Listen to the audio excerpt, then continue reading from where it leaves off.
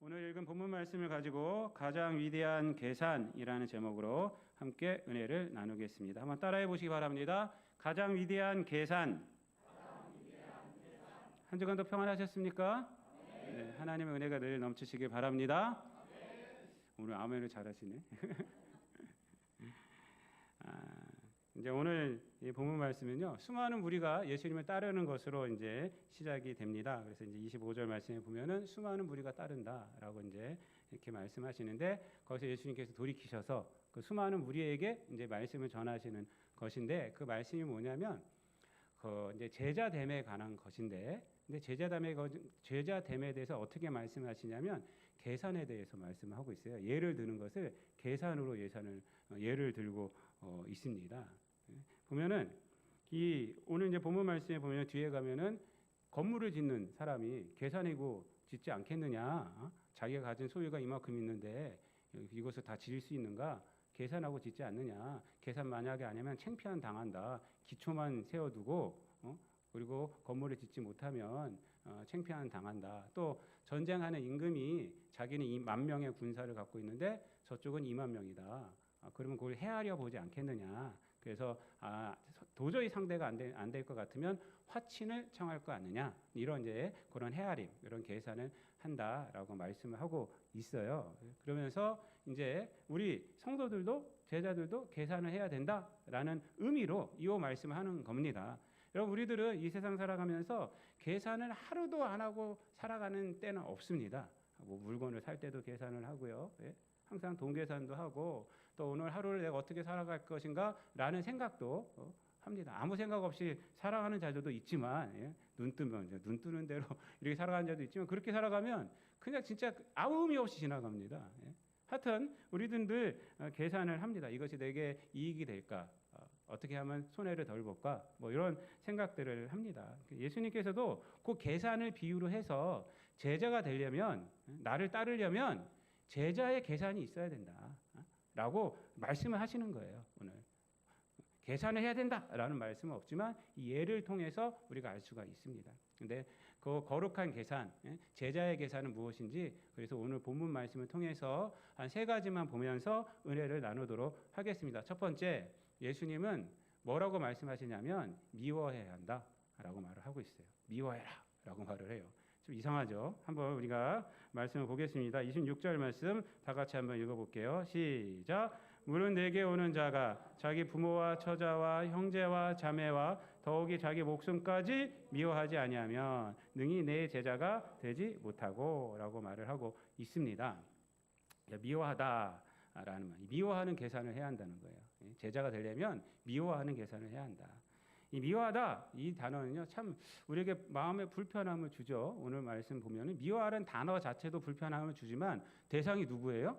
부모, 처자, 부인과 아들, 자녀, 그리고 뭐 친족, 또 더군다나 자기 자신도 미워하라라고 이렇게 말씀을 하고 있습니다. 여러분, 이것이 성경의 말씀일까요? 사실은 이 말씀은요, 이 자체로 감정적으로 미워하라는 뜻이 아닙니다. 이 역설적으로 표현하고 있는 거죠. 역설적으로. 그래서 이 말씀은 뭐냐면, 미워하라는 것은, 요 말씀은 제자가 되기 위해서 첫 번째 해야 할 계산은 우선순위에 관한 것이다 라는 것을 우리에게 말씀을 해주고 있는 것입니다. 우선순위. 이게 미워하다라는 뜻에 담고 있는 의미가 됩니다. 이 미워하다라는 단어의 원어가 미세오라는 이 단어인데, 이 단어의 원래 갖고 있는 의미는 구분하다라는 뜻이에요. 그래서 이제 뭐 사람과 사람은 구분하고, 뭐 유대인과 이방인을 구분하고, 이럴 때 이제 종종 쓰이기도 합니다. 그러므로 이 구절은, 즉 친족 나아가서 자기 목숨까지 나보다 미워하지 않는 자가 라고 말하는 것은 뭐냐면, 세상의 그 어떤 가치보다, 심지어 내 목숨보다 예수님을 더 사랑하지 않으면 아직 제자가 될 준비가 된 것이 아니다라는 거예요. 그래서 이 말씀은 뭐냐면, 좀 순화시키면 항상 우리 인생의 우선순위에는 누가 있어야 되느냐? 예수님이 있어야 되는 거예요. 네, 사명이 있어야 한다라는 것입니다. 이게 바로 제자라는 거예요. 이 계산을 해야 한다는 겁니다. 항상 이 계산. 여러분, 이것은 감정의 문제가 아니라 삶의 우선순위를 말하고 있는 것입니다. 그래서 제자란 예수 그리스도를 따르는 것이 삶의 최우선인 사람, 바로 그 사람이 제자다라는 겁니다. 여러분 삶의 우선순위를 정하는 것은요, 꼭 예수님만 말씀하는 것이 아니라 세상적인 그 지혜에서도 그렇게 말을 하고 있습니다. 우선순위가 이렇게 없으면요, 사람 삶의 질서가 없어집니다. 그리고 그 우선순위에 가장 뭐가 있는지가 그 사람의 가치관이에요. 그 가치관이에요. 돈이 가장 먼저 있으면 그 사람의 가치관은 돈을 따라 살아가는 거예요. 권력이면 권력을 따라 살아가는 거예요. 하나님이면 하나님을 따라 살아가는 거예요. 그래서 이 삶의 우선순위가 정말 중요합니다. 그래서 무엇을 먼저 하고 무엇을 나중에 하는 것이 사실은 그것이 지혜가 되는 것입니다. 그래서 유명한 그 성공학 학자였던 그 스티븐 코비 박사 아시죠? 그분이 쓴 책 중에 성공하는 사람들의 7가지 습관이 있지 않습니까? 7가지 그 습관들이 쫙 나와요. 성공한 사람들 보니까 이런 습관들이 있더라. 그 중에 하나가 뭐냐면 소중한 것을 먼저 하라. 제가 이 얘기를 많이 했을 거예요. 그래서 이 소중한 것을 먼저 하라는 너무 중요해서 또 책으로 나왔어요.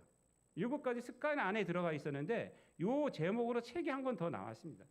그리고 나서 이제 유명한 그런 실험을 하잖아요. 그 실험은 여러분들 제가 말씀드려도 다 아시겠지만 혹시 안 들으신 분이 있기 때문에 한 번 더 말씀을 드리냐면, 이제 어떤 사람이 학생들 앞에서 이제 돌하고 요만한 자갈하고 그다음 모래하고 갖고 나와서, 그리고 물하고 갖고 나와서 요만한 어항에다가 돌을 넣고 그다음에 자갈을 넣고 그다음에 모래를 넣고 그다음에 물을 부었어요.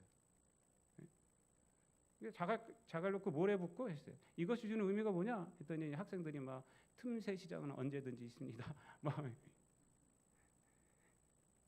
낙심치 않고 우리는 틈새 시장을 공략해야 됩니다. 막 이렇게 얘기를 해요. 근데 그 사람이 그래? 그것도 일리가 있는 소리다. 근데 이 실험의 의미는 그것이 아니다. 순서가, 일의 순서가 중요하다는 것을 알려 주는 거다. 그래서 큰 돌을 먼저 넣어야지 마지막에 모래까지 넣을 수 있다. 근데 먼저 모래를 부으면 큰 돌은 못 넣는다는 거죠. 그렇죠? 어항에다가 모래 가득 채웠으니까 거기에 자갈도 안 들어가고 자갈을 씹을 수는 있겠지만 그 큰 돌은 집어넣을 수가 없어요. 그래서 순서가 뭐냐면 여기다가 큰 돌을 집어넣고 그다음에 중간 돌 집어넣고 그다음에 모래를 집어넣어야지, 그래야지 된다는 일의 순서. 일의 순서. 이것처럼 이거 주는 교훈은 뭐냐면 인생에서 가장 중요한 것을 먼저 해야 한다는 거예요. 하루 일어나면 우리들이 먼저 해야 될 게 하나님께 기도하고, 하나님 내 인생을 이끌어 주옵소서. 그리고 내 가정을 돌봐 주옵소서. 우리가 일하는 것의 목적이 뭐예요? 사실은 하나님 앞에 영광 돌리고 우리 가정을 돌보는 거 아닙니까? 사실은요. 가정이 가장 중요한 거예요. 가정. 하여튼 세상에서도 이렇게 말을 하고 있어요. 여러분 공자님의 글 중에 대학이란 거 아시죠? 전 대학을 읽어보진 않았어요. 대학에 나오는 유명한 구절들이 있어요. 그 중에 뭐냐면 물류본말 사유종시 지소선우 즉근도이라고 있어요. 이게 뭐냐면 만물에는 근본과 말단이 있다. 처음 할 것이 있고 끝이 있다는 거죠. 그래서 모든 일에는 시작과 끝이 있으니까 선후를 알면 도에 가깝다. 즉근도의라는 거예요. 지소선후, 선후를 알게 되면 즉근도의, 그것이 도에 가깝다라는 거예요. 이 말이 이제 경물치지로 나가요. 쭉 경물치지란 것을 나가고 만물의 이치를 깨닫는 거. 그 다음에 이제 말하는 것이 우리가 잘 알고 있는 뭐냐면 수신제가 치국평천하예요. 이 말 끝에 나오는 거예요. 쭉 대학에서 수신제가 치국평천하 아시죠? 수신, 내 몸을 다스리고 가정을 다스리고 그래 나라를 다스릴 수 있다는 거예요. 그 가정도 못 다스리고 자기도 다스리지 못하는데 무슨 나라를 다스리냐? 그러니까 지소선우. 즉근도에, 그것이 도에 가깝다. 일의 순서를 아는 것이 도에 가깝다는 거예요. 그럼 마찬가지 신앙생활도 마찬가지입니다. 신앙의 삶은 더더욱 그렇습니다. 여러분 뒤에 보면 이제 망대를 세우는 비유도 말씀하시고 그다음에 임금에 대한 비유 말씀하시는 것도 그런 맥락입니다.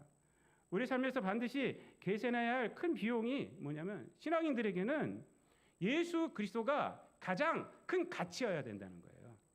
그 얘기를 하는 거예요. 그 계산은 뭐 세상적인 계산을 하는 것이 아니라 제자에게 있어서 예수 그리스도가 가장 큰 가치여야 한다. 그래서 이 비유를 하는 거예요. 미워하라는 거예요. 여러분, 우리가 이 땅 가운데서 예수 그리스도를 가장 큰 가치로 놓고 살아가는 저와 여러분 그런 제자들 되시기 바랍니다. 두 번째로 키워드는 뭐냐면 어떤 계산을 해야 되는가? 자기 십자가를 지라는 겁니다. 그래서 27절 다 같이 읽습니다. 시작. 누구든지 자기 십자가를 지고 나를 따르지 않는 자도 능히 내 제자가 되지 못하리라. 이렇게 말씀합니다. 저는 이 말씀을 묵상하면서 자기 십자가를 지고 따르라는 건 또 뭐지? 자기 십자가를 지고 예수님을 따르래요. 우리가 이 십자가를 지고 따르래요. 우리는 예수님을 따를 때 보통 왜 따라요, 여러분? 이 십자가를 내려놓으려고 따르는 거 아닙니까? 이 십자가는 주님이 지어주소서. 저는 편하게 가리다. 근데 예수님께서 제자가 되려면 자기 십자가를 지고 따르래요. 자기 십자가를 지고. 여러분, 우리가 신앙을 세상에서 평안하게 살아가기 위한 수단으로 생각하는 경우가 있어요. 이거 잘못된 거 아닙니다. 우린 연약하잖아요. 인간 연약해요. 그래서 우리가 때로 살아갈 때 우리가 힘들고 지치고 일어설 수 없을 때가 있어요. 그때는 어떻게 해야 돼요? 주님 앞에 나와야죠. 주님을 의지해야죠. 그래서 이 하나님 이 상황 좀 바꿔주세요. 내가 도저히 견딜 수가 없습니다. 이렇게 우리가 기도하게 되지 않습니까? 그거는 나쁜 거 아니에요. 근데 그것만 있으면 안 된다는 겁니다. 그것만 있으면 안 돼요. 여러분, 신앙의 본질은 뭔지 아세요? 그건 우리가 연약하기 때문에 연약한 가운데 내 신앙도 연약하고 내 육체도 연약하고 내 생각도 연약하고 그러기 때문에 그런 거예요. 하지만 그것이 신앙의 본질은 아니라는 거예요. 신앙의 본질은 뭔지 아세요? 신앙의 본질은 내가 능력을 받은 거예요. 그래서 내가 여러 가지 힘든 상황 가운데서 그것을 이겨내는 겁니다.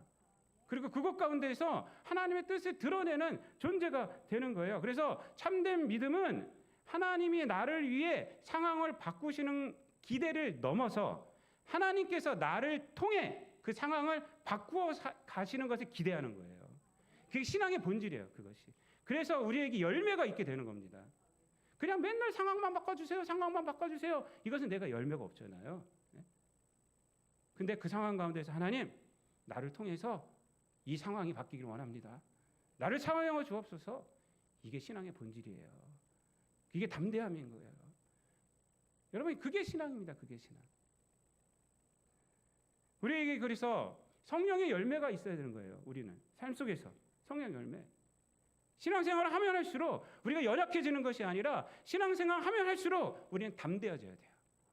신앙의 연륜이신 분들은요, 보면 우리 권사님들이나 장로님들이나 우리 안수 집사님들을 보면은 세상에 있는 것을 별로 흔들리지 않아요. 그래서 뭐 초신자들 집사님들을 위로하는 거예요. 하나님 함께 해주실 거야. 내가 신앙으로 버텼어. 그래서 때로는 버티는 것만 해도 그것이 은혜입니다. 은혜예요.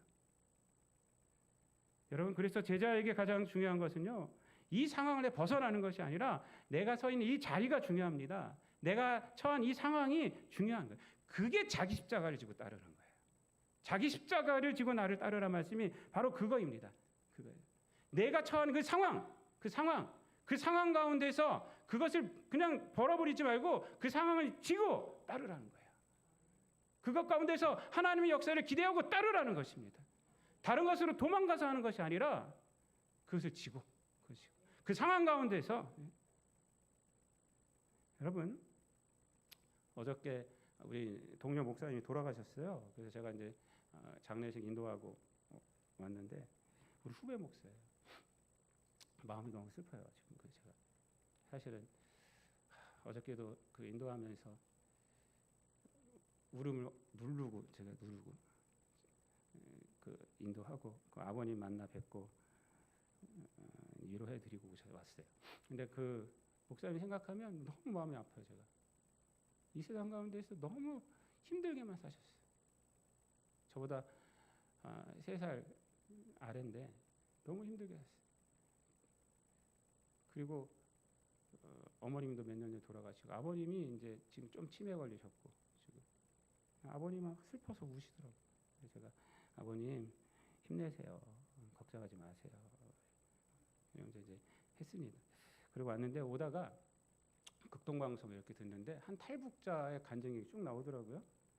근데 이제 제가 다 듣지 못했는데 이제 어느 파트가 이 파트가 들렸어요 저한테. 뭐냐면 이분이 탈북해서 중국으로 왔는데 중국에서 복음을 듣고 예수 믿는 거예요.